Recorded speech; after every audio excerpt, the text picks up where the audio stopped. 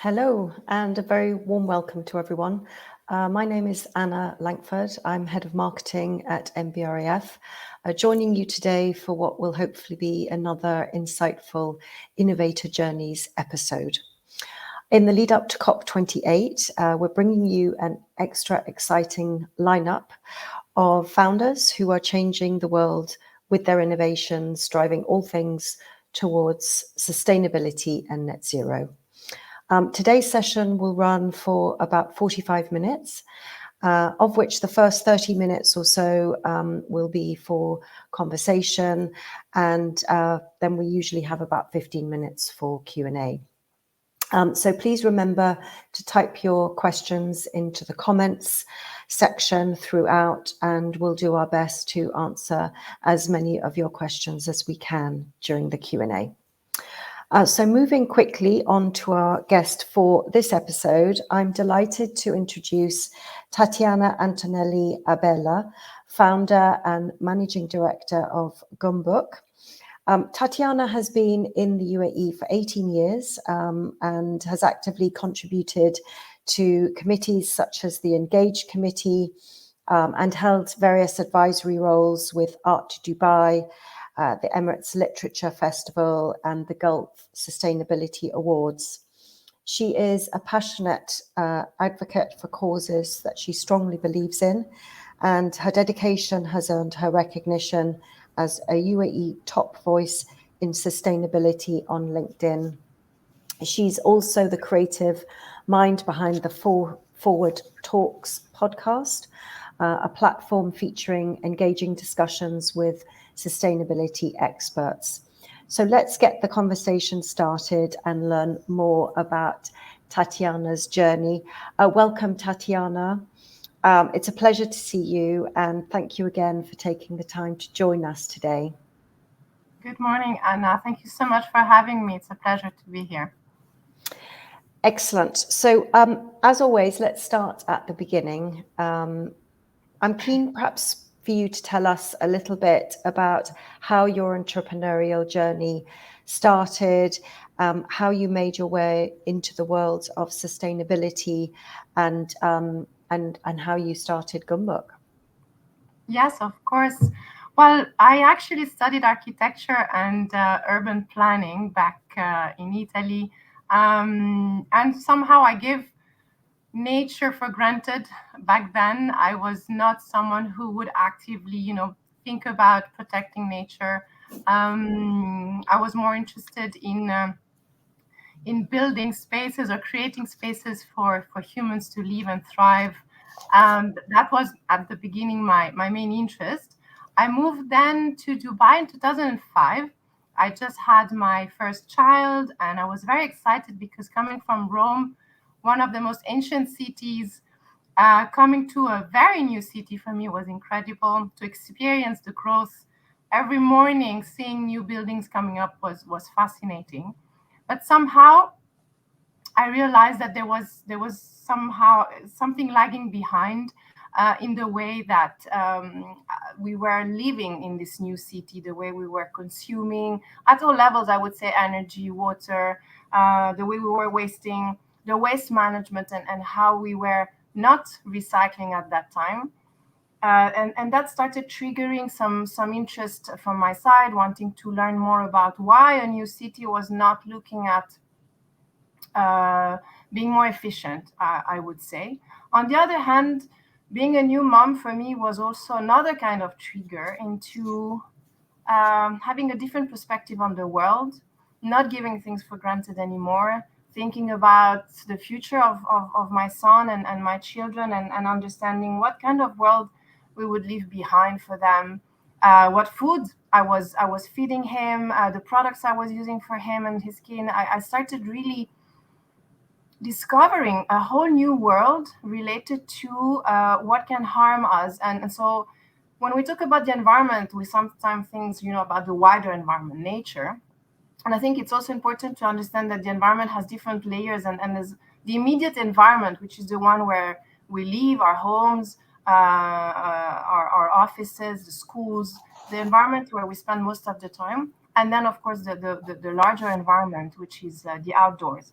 And again, for me, it was incredible to discover a desert. For a long time, I thought the desert was just empty sand. And traveling around the UAE, I discovered the beauty of what I call today the living desert, and how precious it is, and how much life there is in it, and how much it needs to be protected. And somehow, Goumbook stemmed out of this, of wanting to create more awareness about where we live, the impact we have on the UAE. The majority of the population is made of expats, and somehow we don't really know much when we come here about this country, about the ecosystems. And the idea was to create awareness, and understanding what can we do as individuals, and also maybe at work, in terms of daily actions to lessen our impact on the environment. Fascinating. And what were the major challenges that you encountered as you went about establishing yourself in the field? Perhaps, especially in a region like the UAE, where, sustainability might not have been at the forefront of people's minds. I would say that yes, definitely this was a big challenge. In 2009, sustainability was not even a word. I would say we were talking at that time about going green, environmentally friendly products and services. And it was perceived as a trend and a fashion coming from the Western world, from the US, from Europe. It was not seen as a reality, specifically here in the UAE and in the region. And somehow, I think it's because the narrative was not the right one. We were talking about realities and facts that were too much centered on the way of life of the Western world. We were talking about heating, and here we're talking about cooling. We were talking about saving the polar bears, and here we have camels, and we have a totally different ecosystem. So somehow the narrative at that time was definitely not the right one. For this reason, when I started Goumbook, I really wanted the local imprint, and not only based on environmental awareness, but also on heritage and culture. We come from a heritage that's very rich and also very sustainable. The name Goum actually comes from the tribe that used to travel to travel the region here. And the Goum was made of families coming together and, trying to share all the resources they had, the water, the food, at the same time never wasting anything. And if you compare it at the way of life of today, we don't even know our neighbors. We consume, we overconsume, and we waste a lot. So somehow this is a call back to what it used to be, and how the Goum was also depending on the ecosystem, on the trees, on the plants, on the animals, and how much they respected what surrounded them. So it's a call to action of going back to that kind of culture. We started looking at what was important to preserve and protect here in the UAE, and that's why we started. Our first campaign was actually a tree planting program, the first in this region. We were planting the gaff tree. The gaff tree is the UAE national tree. It had just been declared as such back in 2008. So it was really about, let's get together, let's plant a tree, which is something very symbolic for everyone around the world. As humans, we connect to planting a tree. But at the same time, taking people to the desert to plant a tree was quite something unique. And at the same time, we could also talk about why would and should we plant a gaff compared to other trees, the importance of indigenous species, talking about biodiversity, why these trees are fundamental, why and how can they survive in such a harsh environment, the fact that they don't need much water compared to other trees that we plant that need sometimes up to 300 liters a day of water to survive. So then it was easy to make the link and talk about water scarcity, how are we producing water, desalination, very big impact in terms of CO2 emissions, but at the same time, the impact of the brine going back into the ocean, so having an impact on marine life. And somehow people would go back home after planting a gaff tree with a very different understanding of where they're living, understanding that the desert is just not an empty place with sand, it's very rich. And it's populated with the incredible fauna and flora that is made for this weather, it's made for this climate, and how much we need to, live in a different way, and how little changes in our life can have a big impact. Yeah.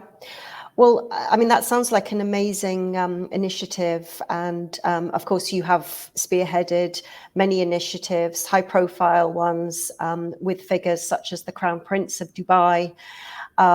You've conversed with some of the biggest names in the sustainability arena.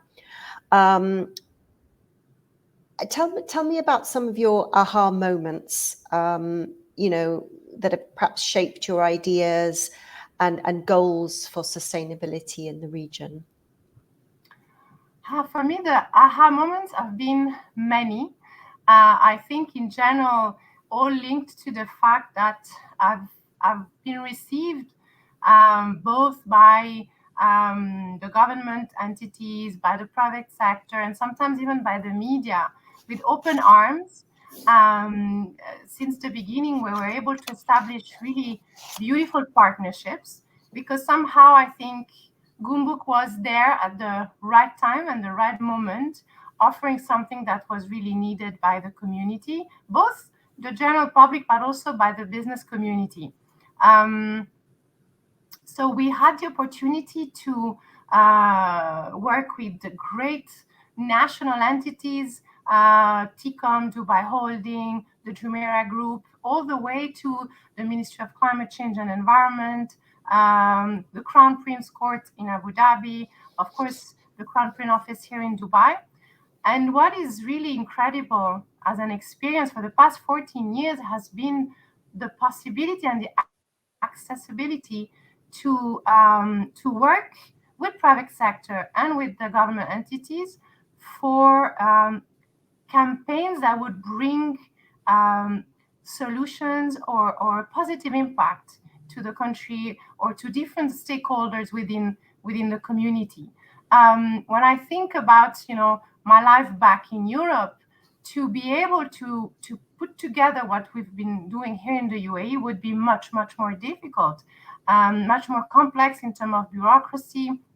Here there is an openness to actually collaborate, to foster innovations at all levels, and to support, I would say, the any kind of initiative, if it's a youth, and you see this, it's really very visible and clear also in the strategy of the government, the fact that they are giving so much importance and relevance to the youth is already a great message, and it starts from them, but then it's also the youth in terms of young and new startups and new ideas, really wanting to be a hub to be able to find products, solutions, and technologies to bring a positive impact and bring solutions to challenges that we may face.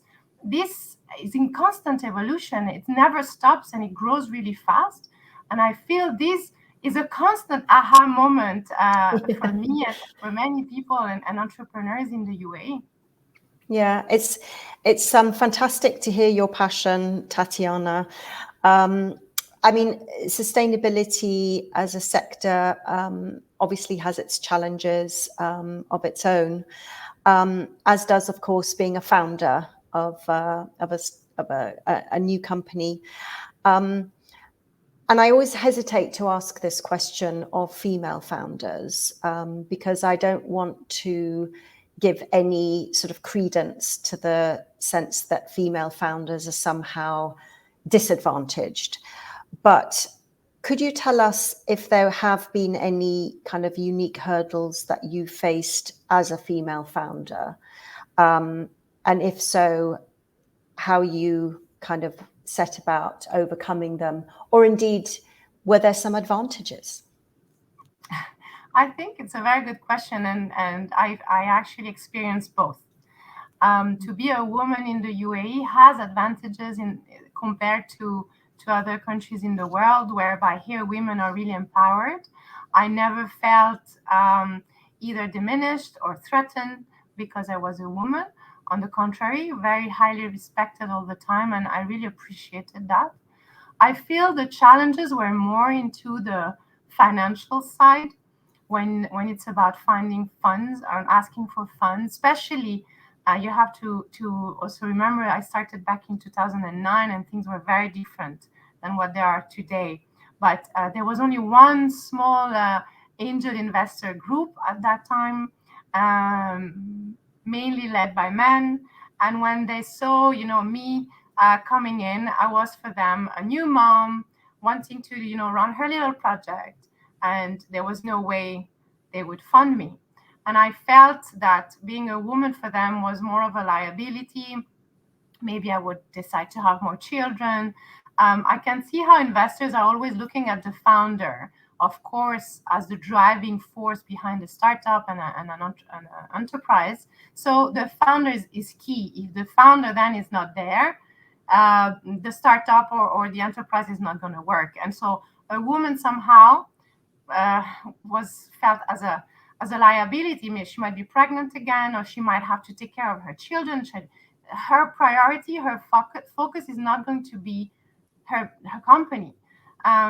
Things have changed a little bit, and now there's a huge support also from women-led angel investors groups. But I still feel there is that approach sometimes. In another way, also, I feel with banks, there is a problem when you're looking at, opening a bank account. Same thing. Mainly at the beginning, you are the wife of someone, so you are under the sponsorship of your husband, unless you're here as an individual and you came to the UAE on your own.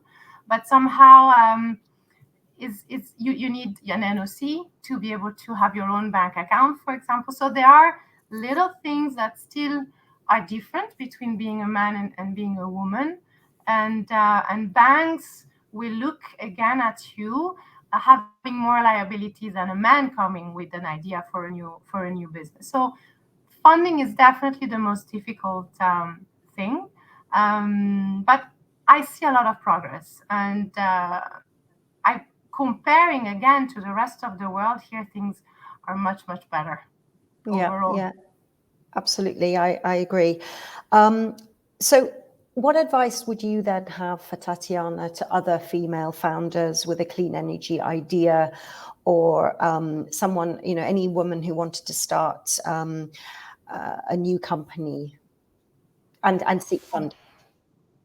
I think what I can say is from my own experience, I believe that what was really and still is making a difference for me is the network I built over the years.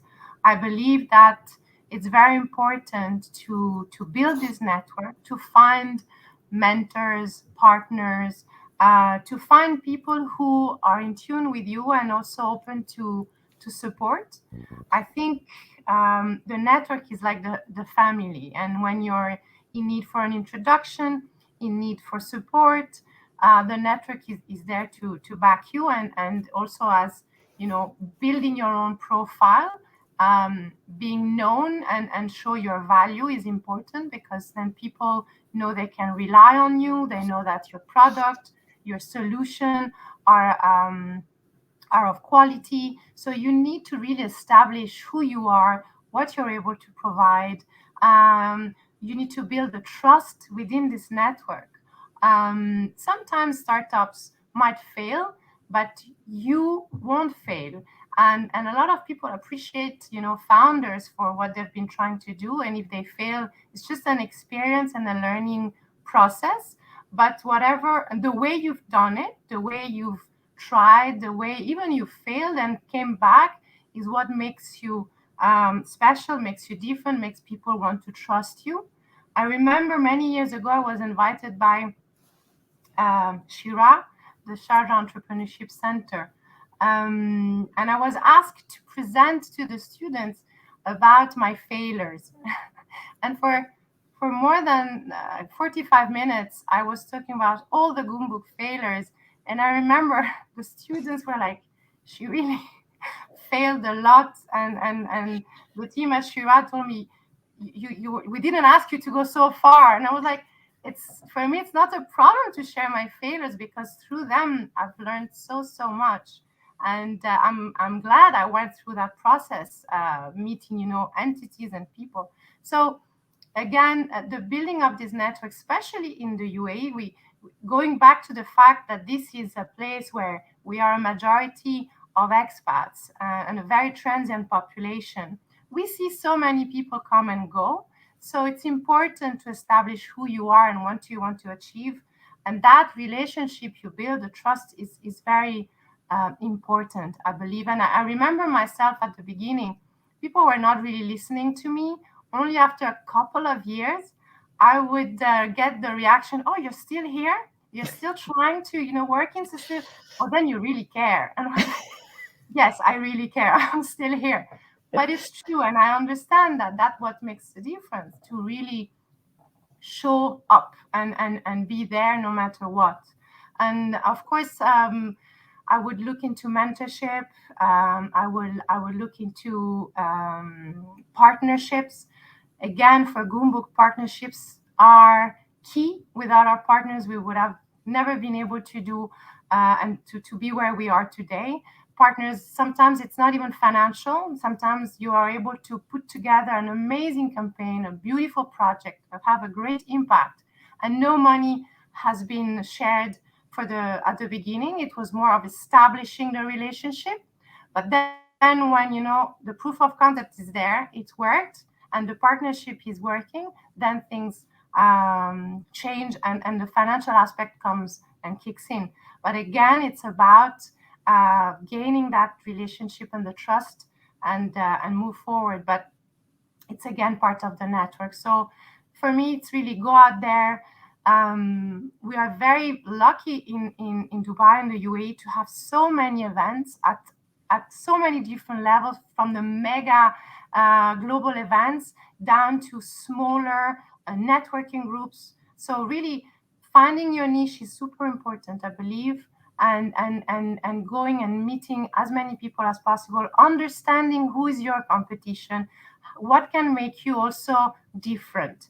And the storytelling aspect, I believe, is also very important, on who you are, why you're addressing this challenge, Why is your solution different? So not just from a technical point of view, but more and more, I see how the story of the founder is important. Why are they invested into this business? What is the impact they want to achieve? Of course, as startups, we always look at, the great figure when we come out, and maybe we will sell our venture. But it's really about the impact that we're able to have. More and more businesses are being led by purpose. So again, this is something that people are going to be looking at. What is your purpose? What is the purpose of your business? What do you want to achieve? And this is very, very important.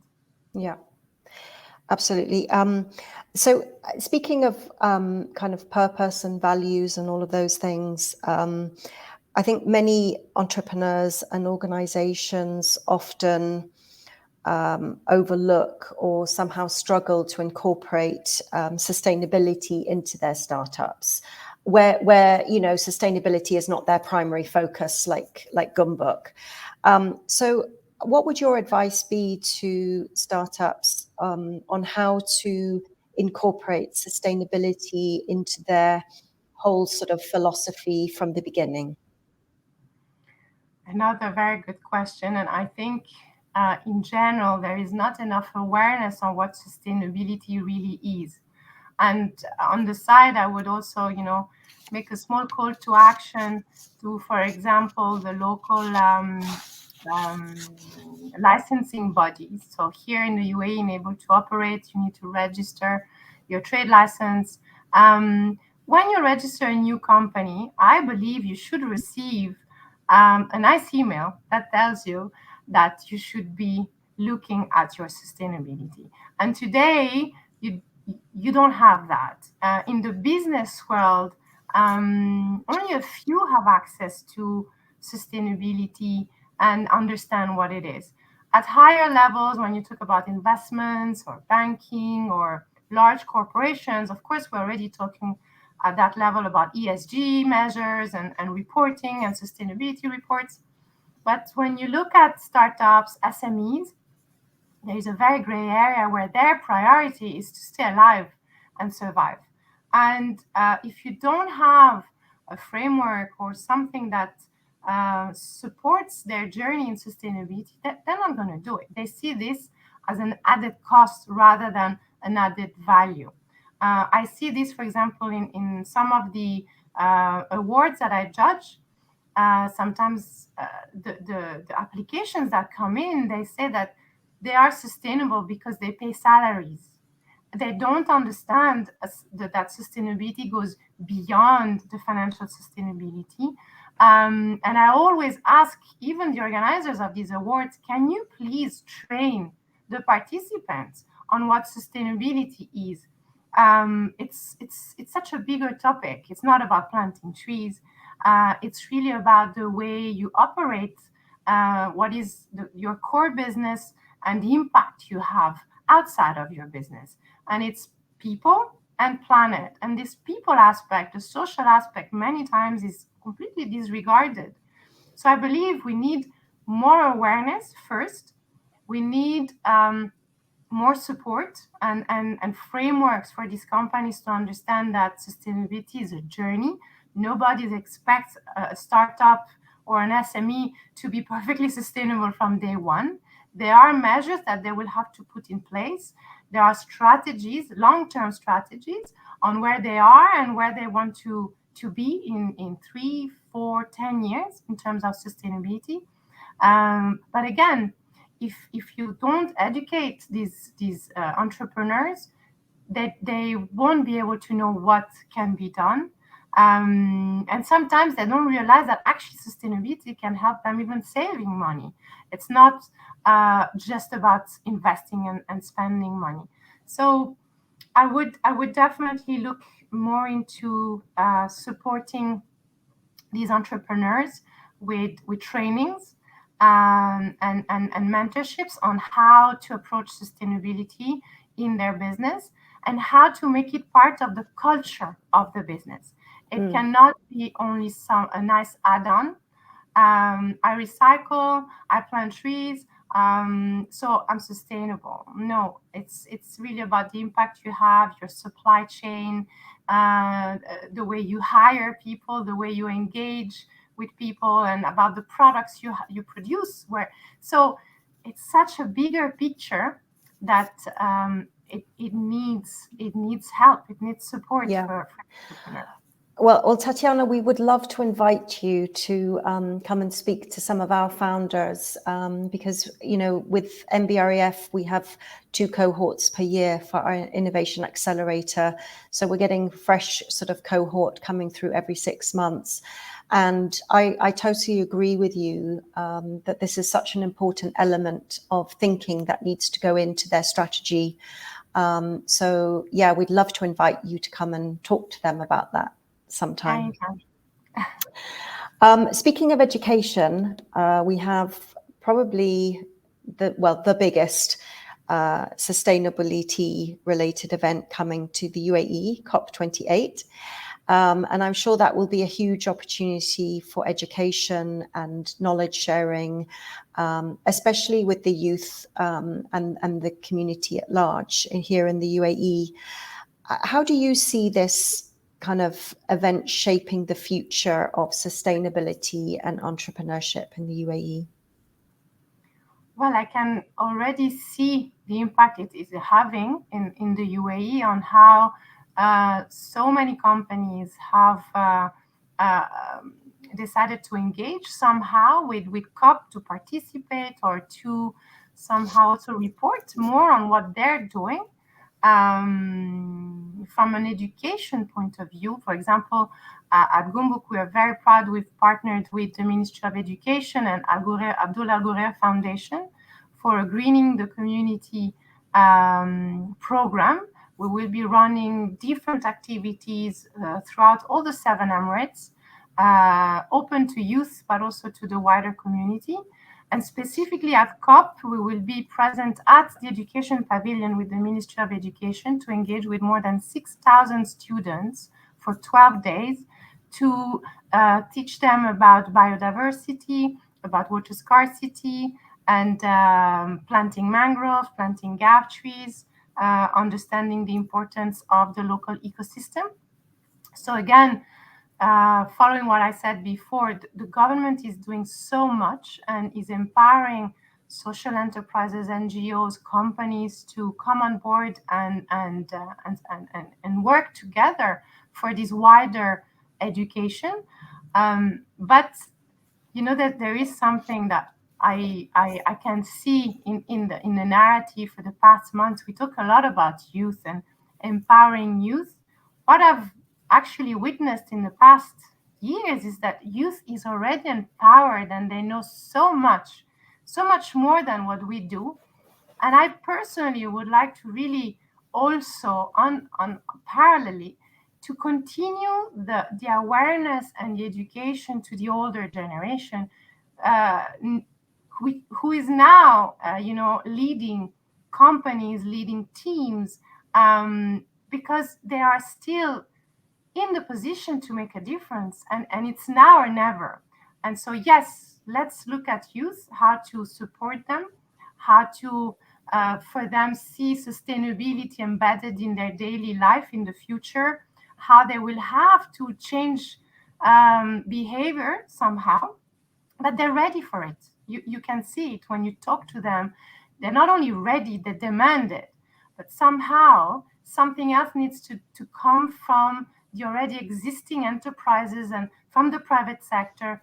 We need to enable this. We need to do it now, and this is done at all levels. What is fantastic is that hosting COP in the UAE is an important message to the region that we are part of this transition, that the region needs to take real action at all levels. It's not only about energy transition. Here we're also talking, we import so much in this country. What is the impact of supply chain? What is the impact of manufacturing? What is the impact of having so many people living in the desert? Where are we getting the water from? Where are we getting the food from? So we talk about food security, We talk about so many different things. Um, it's a very wide discussion, and everyone really is invited to the table as soon as possible. Yeah. Well, we look forward to seeing you at COP28, Tatiana. We will be there as well with some of our amazing alumni who have incredible innovations towards net zero. So we're all excited and looking forward to that enormously. I'm conscious of time, and I know from the comments feed, we have a lot of questions for you. So I think we'll move now to Q&A. A question from Mohammed. Can you provide some insights into your approach into building and nurturing a diverse workforce and team that aligns with your mission in sustainability? That's a complex question. So this is mostly based on the vision of the leadership on how to hire talents within the team. So I think the first thing would be to just look at CVs without looking at nationality, without looking at gender. I would just look at skills, what people can bring to your team. I know that some companies such as Accenture right now are not even looking anymore. They're not asking for a picture. They're not asking, and they're hiding most of the information of the applicant because they're really looking at soft skills more than anything. And then, of course, looking at the values. Are you sharing values and a vision with these people? So during the interview phase, it's also about what they want from this job, what they want from the company, how they align their values to the values of the company. And then doesn't matter where they're from, who, their gender.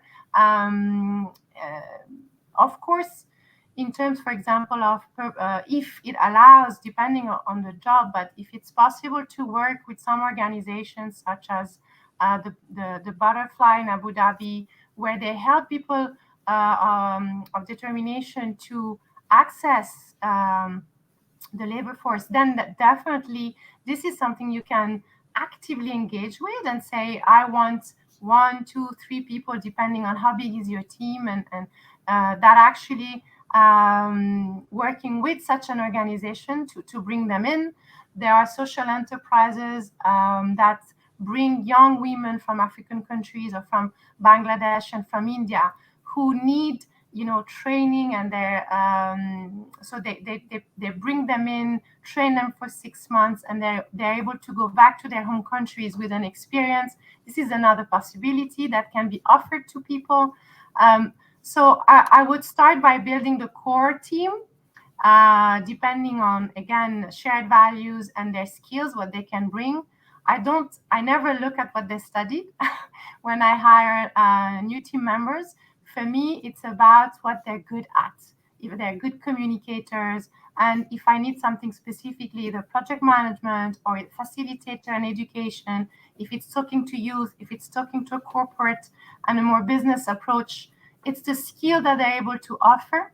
So again, this, but we're also supporting social enterprises and charities that are helping people to enter the workforce, having disabilities or coming from countries where it's very, very hard to have access to internships even. Yeah. Okay, fantastic. Question from Dina. How do you maintain resilience and adaptability in the face of unexpected obstacles or setbacks that can occur in a sustainability focused startup, or any startup for that matter? That's a very good question. It's you need to be flexible. So again, whatever you're doing at the moment, always think that it's not set in stone. Things can change tomorrow, and you need to be able to adapt and be flexible. Again, of course, it's about you as a founder, how adaptable and flexible you are, but also about your team and how far they can go to support the startup. For Goumbook, one of the most critical moments, of course, like many other startups and companies around the world, has been COVID. And we've been able to navigate through COVID only because the team was supportive and flexible and decided again, and it's linked to what I was saying before, to the values that you share with your teams and the mission of the business. They stayed, not everyone, but the core team who stayed during COVID saved Goumbook and made what Goumbook is today. Going through that experience together has been an incredible moment, and a learning journey. We've learned not to depend anymore on physical activities, and we moved toward doing more consultancy and doing more advisory, and running campaigns online, for example. So the flexibility of changing your business model is fundamental. When you're building your business plan, I remember I was told to build a 10-year-long business plan, and it was the most useless thing ever. Plan year by year, because whatever you plan for the next 5 years, the world changes so fast. Technology comes in, people come and go. So I would say to really plan on a shorter term, and being able to be flexible, differentiate yourself, and embrace new possibilities, new partnerships, always. Yep, flexibility is key for sure. Question from Natalie. What campaign was your toughest and what were your learnings from it? Toughest in what sense? Most challenging for any sense, in any reason, I guess. I think the most difficult campaign was the Drop It campaign. We launched it back in 2016, and it was about raising awareness about single-use plastics. It was the first ever campaign, pointing the finger at plastics in the Middle East, in a country where polymers are thriving part of the economy. It was very hard to say single-use plastics need to go, and to make the difference between the plastic that is useful and part of a more circular economy, and the plastics that actually are just made to go to waste. And I remember at the beginning, it was not an easy campaign. When we did the press launch, one of the chief editors of one of the biggest newspapers in the UAE asked me, do you think your campaign is going to be alive next month? Because he thought, nobody's going to support such a campaign that is going against single-use plastics and going against all odds. So the campaign name was Say No to Plastic. And I remember when that journalist said that, I thought, maybe I'm going to change the tagline of the campaign. And so it became Drop It, Rethink Plastic, to keep it more open. But a year later, we celebrated the first year anniversary. The Minister of Climate Change and Environment came and gave the keynote speech announcing that also for the UAE as a country at the federal level, single-use plastics were something that needed to be looked into. And fast forward to today, the ministry is banning single-use plastics at federal level. The different emirates are taking different steps. So the evolution has been incredible. And as I said, here things happen so fast, so quickly, and there's a will to have a positive impact. So from being a scary moment of, gosh, this campaign is going to be a disaster, it became actually very successful, and then led to the Dubai Can campaign with His Highness the Crown Prince of Dubai, installing 50 fountains all over the city. And so far, almost a year and a half later, we've reduced 10 million plastic bottles from going to landfill. Amazing. Congratulations. That's quite a stat. Question from Mubina. What partnerships, or you mentioned partnerships earlier and how important they are. So what partnerships or collaborations have been instrumental in advancing your mission, and how can other potential collaborators get involved? So we have partnerships at all levels, I would say. The most successful ones have been with both large entities, global multinationals, but also with startups. And I think it's very important to support each other.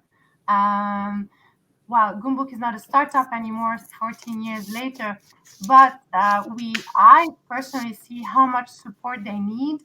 Sometimes they have great solutions and they don't know how to communicate about it. They don't know how to reach out to a wider network to find clients. So what we do within our campaigns, we bring them in as solution provider and we introduce them to all our network. What we aim at is to show the challenge. For example, when we do beach cleanups, we just don't clean the beach and get people depressed going home thinking, okay, I clean the beach, tomorrow the beach is dirty again. No, we clean the beach, specifically cigarette butts. We highlight the problem of litter. We highlight the problem of single-use plastics, such as the cigarette butts. But then we introduce our partners, Terax, and they are a local company. They take this waste, this unrecyclable waste, and they actually produce construction materials out of it as part of a circular economy loop. So again, when we do the beach cleanup, we show the cigarette butts, but then we show the board made out of the waste, and people leave, with a different perspective. They understand, okay, waste can be valuable. We need to change the way we're looking at waste. And this is thanks to an amazing startup that's providing a new service and a new product. So that is where, for example, a great partnership can bring a great impact. But at the same time, working with large entities that, of course, can bring financial support, which we would not be able to do anything without that financial support, but they also can bring people, they can bring ideas. And we always have minimum once a year with them brainstorming session on what are they doing, what do they need, what are their internal challenges, how can we engage with their teams, and how we can offer them solutions. And this is where the flexibility and the ability also to be creative is fundamental to work together. Yeah. Great. Well, interesting that you mentioned Terax. Terax, we are very proud of because MBREF was very much involved in their journey, and we helped accelerate their success. And they're now a very active part of our alumni as well. And in fact, they're coming to COP28 with us this time, amongst others. So, well, look, Tatiana, it's been fascinating. I'm afraid that's probably all we have time for today. There's a lot more questions, but I'm afraid we've run out of time. But thank you for your invaluable insights and your time today. Thank you also, everyone in our audience, for joining us. I hope that you enjoyed this episode. And please look out for the announcement of our next Innovation Journeys event coming soon. Until next time, bye-bye. Thank you so much. Bye, Tatiana.